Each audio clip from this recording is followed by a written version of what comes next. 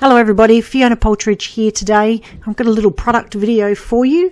I'm going to road test the Inktense Blocks from Derwent. Now I thought what I'll have a go at is some stamping with them. So I've got a set of my stamps that I've designed here, and my favourite one is this circle. I'm going to put a little bit of water over the top of it. I didn't want to put too much water on it. I had tried this once before and just ended up with a big blob of colour. I've got an old 12 by 12 layout here that I had done some stamping on prior to this video, and I thought, hey, look, let's just add something to it. I get out my little test piece of paper, and it actually worked quite well. The first one was a little bit watery, but the second one was much, much better, and the third one was a little less Inktense. So I discovered that using one colour on the stamp worked really well. Now I thought I'd better try 3 colours because, you know, got to up the ante. And seriously, you'd think I'd learnt from the past, but upping the ante is not always a good thing for me. So what happened was I took far too long to choose what colours I wanted, and then my stamp had dried out. And I didn't get a very good stamp, and so I added some more water, and then you'll see when I stamp again, I get back to the blob problem. So there's no detail to that stamp whatsoever. So I'm just going to chuck them aside and worry about them later. Now, I've worked with the Inktense blocks a little bit before in the past, and I love the way that you can use them similar to watercolours on the background. So I just really, really quickly chuck some colour onto a palette, add a bit of water, and create a bit of a background. Not very much at all. So really all I'm doing here is just crushing some of the powder onto my palette, adding a little bit of water, and then using it similar to a watercolour background where it just mushes in. What I wanted to do was just get some fast colour onto the background, because the real challenge for me here was actually getting the stamping right. And I'd kind of got a little bit brazen with my whole stamping technique here, and I decided that I was just going to stamp straight onto the background. You can see up in the right hand corner I had tried on a little test piece with my 3 circles.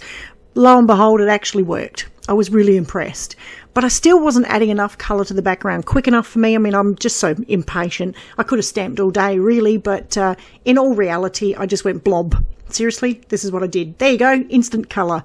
Right, now we can get down to some serious stamping business. Now we've got some more stamps here. This is my feather design set. And I tried the black because I really wanted to continue this circle effect and kind of turn it into a bit of a dream catcher. I was really hesitant to start with. I really just... it took me so much effort just to stamp directly onto this paper because I know how intense these Inktense blocks are. And once that colour hits my page, which by the way is not being gessoed, there's no going back. So it was a bit of a risk to take, and I've got my paper towel there and I'm patting away any excess water and hesitating on where I'm going to actually put the giant stamp. But in the end, it actually came out okay.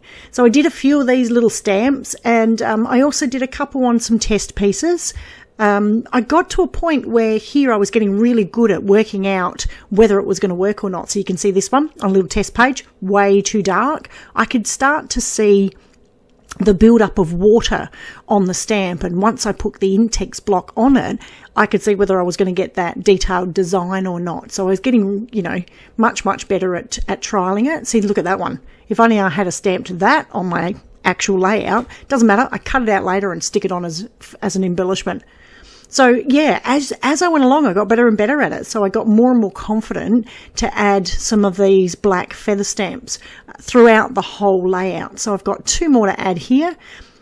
I didn't even end up doing the whole test pad in the end. I just went directly onto the layout.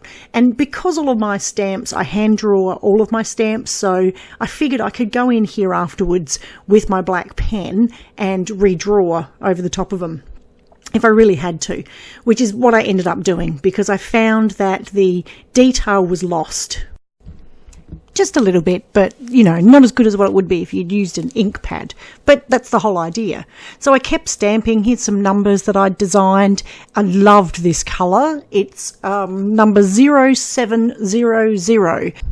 Each little block's got a number embedded in it, but my eyesight's not good enough. I could barely see them. I've seen a lot of people actually wrap the number on a piece of paper around the end of it, because after a while it just wears off as you use the block. But anyway, it's a beautiful colour. And this one as well, this lime green was fantastic. It really showed up beautifully. Doing a little bit more stamping with my stamps. There's a little trio of hand-drawn circles, and I had some numbers on there. It's just really great fun. So all in all, you can stamp with them. I mean, I made this layout, so it does work, but I suppose it's not as detailed as what it would be if you'd use like a black ink pad. But like I said, I just went in over the top and drew some of the details in. So yeah, it worked. I really liked it. Definitely for background work. I'll be doing it again. One product review done. Stamping with Inktense blocks. Pretty cool, eh? Catch you next time.